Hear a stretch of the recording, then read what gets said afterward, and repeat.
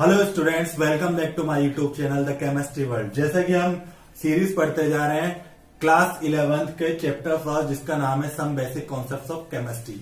उसके हम first part में हमने मैटर और उसका क्लासिफिकेशन पढ़ा। सेकंड पार्ट में हमने पढ़ा मैटर और की प्रॉपर्टीज का मेजरमेंट। अब हम थर्ड पार्ट स्टार्ट करने जा रहे हैं। थर्ड पार्ट में हम पढ़ेंगे लॉज ऑफ केमिकल कॉम्बिनेशन। क्या होते हैं लॉज ऑफ केमिकल कॉम्बिनेशन?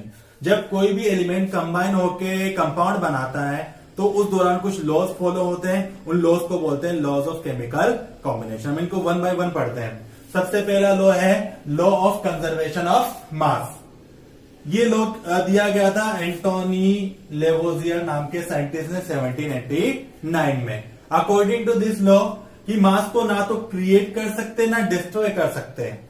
चाहे मास हो, चाहे मैटर हो, चाहे एटम हो, उसको ना क्रिएट कर सकते ना डिस्ट्रॉय कर सकते हैं। इसका मतलब ये हुआ कि रिएक्टेंट का जो मास है वही मास प्रोडक्ट का होना चाहिए। ठीक है, क्योंकि इस लॉ के अकॉर्डिंग, इसी लॉ के अकॉर्डिंग हम क्या करते हैं, हमें इक्वेशन लिखने के बाद बैलेंस करना पड़ता है। इसीलिए करना पड़ता है कि जितने मास रिएक्टेंट का होना चाहिए उतना ही प्रोडक्ट का होना चाहिए। फॉर एग्जाम्पल हमने लिया कार्बन और ऑक्सीजन कंबाइन होकर CO2 बनाते हैं। ठीक है, अब देखते हैं, ये तो रिएक्टेंट्स हो गए और ये हो गए प्रोडक्ट्स। रिएक्टेंट और प्रोडक्ट का मास चेक करते हैं। कार्बन का 12 ग्राम, ऑक्सीजन का 32 ग्राम। अब जो CO2 बनेगा उसमें भी कितना होगा, 12 प्लस 32 44 ग्राम।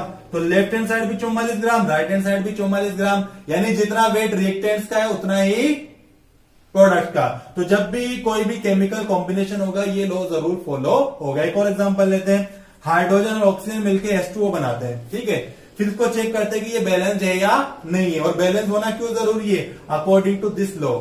यानी बैलेंस करने का बेसिस भी यही लॉ है। कौन सा law? Law of conservation of mass. और दूसरा जो हम पढ़ेंगे वो दोनों लॉज है, वो किसके बेसिस है? उसी के अकॉर्डिंग हमें पता चला कि इक्वेशन को बैलेंस करना जरूरी हो जाता है। तो अब देखो, इसको बैलेंस करने के बाद पता चलता है इधर 4 ग्राम प्लस 32 ग्राम यानी टोटल 36 ग्राम रिएक्टेंट है। अब प्रोडक्ट की बात करते हैं, प्रोडक्ट भी कितना है, 36 ग्राम। तो कभी भी कोई भी केमिकल कॉम्बिनेशन होगा उसमें आपको ये फाइंड आउट करना पड़ेगा कि दोनों तरफ रिएक्टेंट और प्रोडक्ट के मॉलिक्यूल सेम है या नहीं है। नहीं हो तो बैलेंस करने के बाद हम चेक करते हैं कि दोनों तरफ का मास ये सेम है या नहीं है। तो रिएक्टेंट साइड का जो मास होगा वही प्रोडक्ट का मास होगा। क्यों? According to law of conservation of mass, जो ये कहता है कि मास को ना क्रिएट कर सकते ना डिस्ट्रॉय कर सकते, ना तो घटता है ना कम होता है, बस ट्रांसफर हो जाता है। अब दूसरा है लॉ ऑफ कांस्टेंट कंपोजिशन, जिसको लॉ ऑफ फिक्स्ड प्रोपोर्शन भी कहते हैं। इसको देने वाले साइंटिस्ट का नाम था जोसेफ प्राउस्ट। जोसेफ प्राउस्ट कब दिया था इन्होंने? 1799 में। According to this law, whatever may be the source, यानी कोई भी कंपाउंड हो, चाहे उसका सोर्स कुछ भी हो, यानी कहीं से भी वो मिलता हो, उसमें जो कंबाइन होने वाले एलिमेंट्स है उनका जो रेशो है, उनका जो मास का जो रेशो वो हमेशा फिक्स होगा। वो हमेशा फिक्स होगा। फॉर एग्जांपल H2O और CO2 दो कंपाउंड्स हैं। ठीक है, इसमें दो एलिमेंट्स है, इसमें है हाइड्रोजन और ऑक्सीजन, इसमें कार्बन और ऑक्सीजन। H2O हमेशा H2O ही रहेगा और इसका रेशो निकालते हैं। हाइड्रोजन का जो मास है वो 2 ग्राम और ऑक्सीजन का 16 ग्राम। तो रेशो कितना हो गया? 1:8। इसका निकालते हैं, कार्बन 12 ग्राम और ऑक्सीजन 32 ग्राम। इसका रेशो हो गया 3:4, 3:8। ठीक है, तो जब कभी भी ये दोनों कंबाइन होंगे तो कहीं भी किसी भी फॉर्म में पाए जाएंगे, इनके कंबाइन होने का रेशो हमेशा सेम रहेगा। चाहे पानी लेक का पानी हो, रेन का पानी हो, वेल का पानी हो, मटके का पानी हो, कोई सा भी पानी हो, सोर्स कोई सा भी हो, उसके उस जो कंपाउंड होगा उसमें कंबाइन होने वाले एलिमेंट्स का रेशो हमेशा फिक्स होगा। चाहे जैसे CO2 है, चाहे इंडस्ट्रीज से मिलती हो, चाहे पोल्यूशन से मिलती हो, चाहे रेस्पिरेशन से मिलती हो, कहीं से मिलती हो, CO2 हमेशा इसी रेशो में कंबाइन होगी। कंबाइन होगा, कोई दूसरा रेशो नहीं होगा। तो इन दो लॉज की बदौलत एक्चुअल में 3-4 लॉज और हैं लॉज ऑफ केमिकल कॉम्बिनेशन में, लेकिन बेसिकली इन दोनों लॉज को ही सबसे बेसिक लॉज माना जाता है, लॉज ऑफ केमिकल कॉम्बिनेशन। और इन्हीं के बेस पर पता चला, इन दो लॉज के बेस पर ही कि हमें इक्वेशन को बैलेंस करना होता है।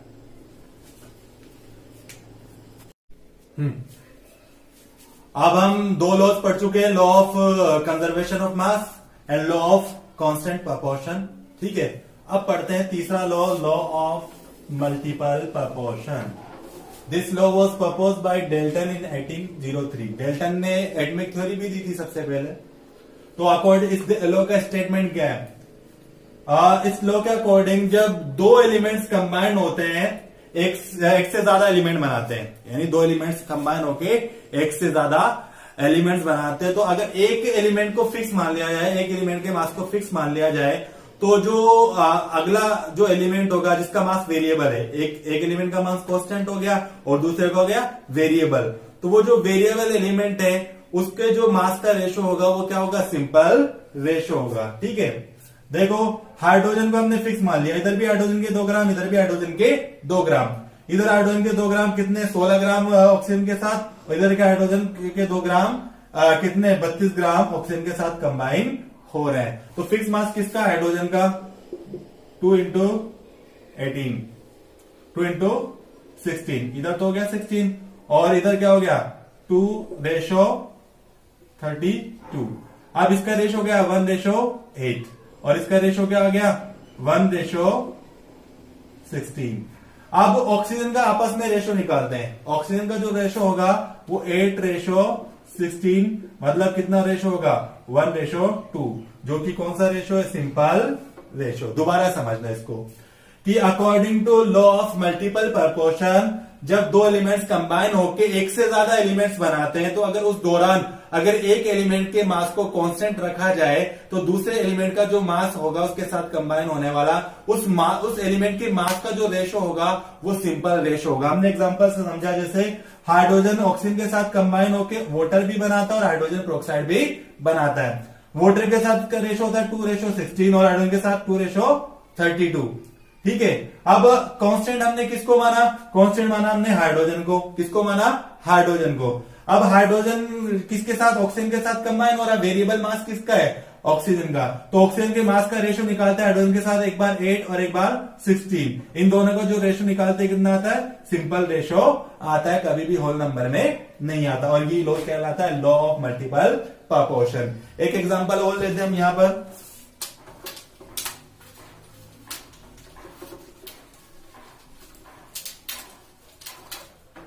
एग्जाम्पल है जैसे कार्बन और ऑक्सीजन कंबाइन होके एक तो CO2 बनाते हैं, और कार्बन और ऑक्सीजन कंबाइन होके कार्बन मोनोऑक्साइड भी बनाते हैं। यहां भी फिक्स मास किसका है? कार्बन का 12 ग्राम, 12 ग्राम। ठीक है, यहां पर कितने के साथ कंबाइन हो रहा है?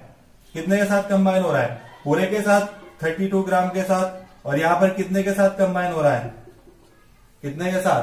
16 ग्राम के साथ। ठीक है, तो अब ऑक्सीजन का कंबाइन होने का रेशो 12 ग्राम तो किसका फिक्स हो गया? कार्बन का और कार्बन का। अब इन दोनों का रेशो निकालते हैं। ऑक्सीजन का कितना है? 32:16। किसके साथ?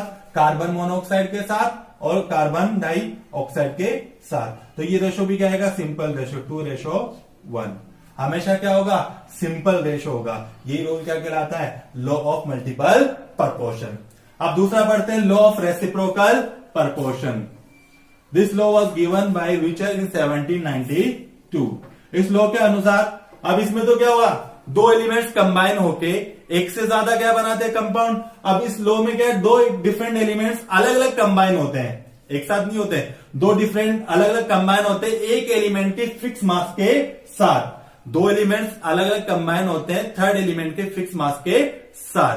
ठीक है, और फिर जब वो आपस में भी कंबाइन होंगे, जब वो आपस में भी कंबाइन होंगे तो उनके कंबाइन होने का रेशो वही होगा जो इनके साथ कंबाइन होने का रेशो होता है। फॉर एग्जांपल, हाइड्रोजन, दो एलिमेंट्स हमने ले लिए, सल्फर और oxygen, two different elements combined separately, जो सेपरेटली किसी थर्ड एलिमेंट के साथ कंबाइन हो। थर्ड एलिमेंट हमने ले लिया हाइड्रोजन। ठीक है, सल्फर हाइड्रोजन के साथ कंबाइन होकर H2S बनाता है, और ऑक्सीजन हाइड्रोजन के साथ कंबाइन होकर क्या बनाता है? H2O बनाता है। अब हाइड्रोजन और सल्फर का रेशो क्या है? 2:32। हाइड्रोजन और ऑक्सीजन का रेशो क्या है? 2:16। तो कौन से दो एलिमेंट्स कंबाइन हो रहे हैं? सल्फर और ऑक्सीजन कंबाइन हो रहे हैं। किसके साथ? थर्ड एलिमेंट के फिक्स मास के साथ। तो इन दोनों का इसके साथ कंबाइन होने का रेशो निकालते हैं, कितना आता है? 32:16। कितना है? 2:1। तो ये जो रेशो है वही फिर क्या कहता है कि जब वो थर्ड के साथ कंबाइन होते हैं, जो उनका जो रेशो होता है वही रेशो उनके आपस में कंबाइन होने का भी होता है। जैसे सल्फर ऑक्सीजन आपस में कंबाइन हो रहे हैं किस रेशो में, 30:16। तो देखो यही रेशो जो इनका अलग एलिमेंट के साथ कंबाइन होने का था, वही रेशो क्या हो गया, आपस में कंबाइन होने का हो गया। इस रेशो को, इस लॉ को दोबारा समझना कि दो डिफरेंट एलिमेंट्स होते हैं जो किसी थर्ड एलिमेंट, जैसे हमने दो डिफरेंट एलिमेंट्स ले लिए सल्फर और ऑक्सीजन, किसके साथ, थर्ड एलिमेंट यानी हाइड्रोजन के साथ कंबाइन हो रहे हैं। हाइड्रोजन के साथ उनका अलग अलग कंबाइन हो रहे हैं, एक साथ नहीं हो रहे, सेपरेटली। तो हाइड्रोजन के साथ सेपरेटली कंबाइन होने का उनका रेशो क्या आ रहा है, देखो हाइड्रोजन तो फिक्स है 2:2, इनका आपस में कंबाइन होने रेशो क्या आ रहा है 32:16, 2:1।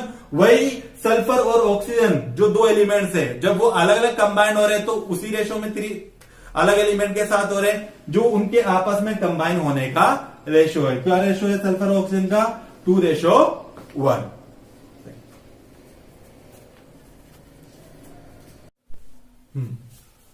अब हम लास्ट लॉ पढ़ने वाले हैं in the series of laws of chemical combination, which is Gay-Lussac's law of combining volumes. Name से पता चल रहा है कि कौन से साइंटिस्ट ने सजेस्ट किया था इसको, गैलुसेक ने कब किया था, 1808 में। ठीक है, अब ये लॉ जो है स्पेशली फॉर गैसेस, ये लॉ मतलब किसके लिए, अदर कंपाउंड्स के लिए नहीं, स्पेशली फॉर गैसेस। तो इस लॉ के अकॉर्डिंग जब दो गैसेस आपस में कंबाइन होकर कोई थर्ड गैस बनाती है, ठीक है, तो वो जो थर्ड गैस बनेगी और जो दो गैसें आपस में कंबाइन होगी, उन सबका रेशो क्या होगा, सिंपल होल नंबर होगा, कभी भी फ्रैक्शनल में नहीं होगा। ये सबसे सिंपल लॉ है और स्पेशली किसके लिए अप्लाई होता है, गैसेस के लिए अप्लाई होता है। ठीक है, इसलिए ये कहलाता है गैलुसेक्स लॉ ऑफ कंबाइनिंग वॉल्यूम्स। तो जो वॉल्यूम्स होंगे मिलने वाली गैसेस के और बनने वाली गैसेस के, और उनका जो रेशो होगा वो रेशो क्या होगा, सिंपल होल नंबर रेशो होगा। फॉर एग्जांपल हम लेते हैं, हाँ इसमें एक शर्त है भाई, जो गैसेस आपस में कंबाइन होनी चाहिए वो सेम टेम्परेचर सेम प्रेशर पे होनी चाहिए। यानी जब गैसेस आपस में कंबाइन हो, जब गैस बने, उनका जो टेम्परेचर और प्रेशर क्या होना चाहिए, सेम होना चाहिए, तब जाके ये रोल क्या होता है, फिट बैठता है, अदरवाइज नहीं बैठता। ठीक है, एग्जाम्पल लेते हैं, हाइड्रोजन ये भी गैस है, क्लोरीन ये भी गैस है, और HCl किस फॉर्म में बना रही है, गैस की फॉर्म में। तो हाइड्रोजन का 1 वॉल्यूम, क्लोरीन का 1 वॉल्यूम कंबाइन होके 2 वॉल्यूम क्या बनाता है, HCl का। अब इनके वॉल्यूम्स का रेशो निकालते तो जो क्या आता है, सिंपल होल नंबर रेशो आता है, 1:1:2। इसी तरह एक और एग्जांपल लेते हैं, नाइट्रोजन गैस, हाइड्रोजन गैस, और क्या बना रही है, अमोनिया गैस बना रही है। शर्त क्या रखनी है कि जो सब गैस कंबाइन होनी चाहिए सेम टेम्परेचर और सेम प्रेशर पर। तो नाइट्रोजन और हाइड्रोजन मिलकर अमोनिया बना रही है, इनके भी नाइट्रोजन का 1 वॉल्यूम, हाइड्रोजन का 3 वॉल्यूम बैलेंस करने के बाद, और अमोनिया का 2 वॉल्यूम। तो इन तीनों का जो रेशो निकालते हैं 1:3:2, जो भी क्या है, सिंपल होल नंबर रेशो। मतलब कभी भी फ्रैक्शनल में कंबाइंड नहीं होती, होल नंबर सिंपल रेशो में कंबाइंड होती है। तो स्टूडेंट्स आज हमने कंप्लीट किया laws of chemical combinations, which is very important laws, which are very important laws for board purpose as well as for competition purpose, and these are the basic laws of chemical combination, basic laws of chemistry। जैसा कि हम पढ़ रहे हैं some basic concepts of chemistry, तो इनका पढ़ना बहुत जरूरी है। ये लॉज आपको फ्यूचर में कैसे से कैसे काम आएंगे, आप आगे फर्दर पढ़ोगे। आज का टॉपिक हमारा क्लियर हुआ, तो जो नए सब्सक्राइबर्स है, मैं उनसे नए जो व्यूवर्स है उनसे रिक्वेस्ट करता हूं कि वो सब्सक्राइब करें, और जो पुराने व्यूवर्स है वो कंटिन्यूअस मेरे वीडियोस को देखते रहे। Thanks for watching.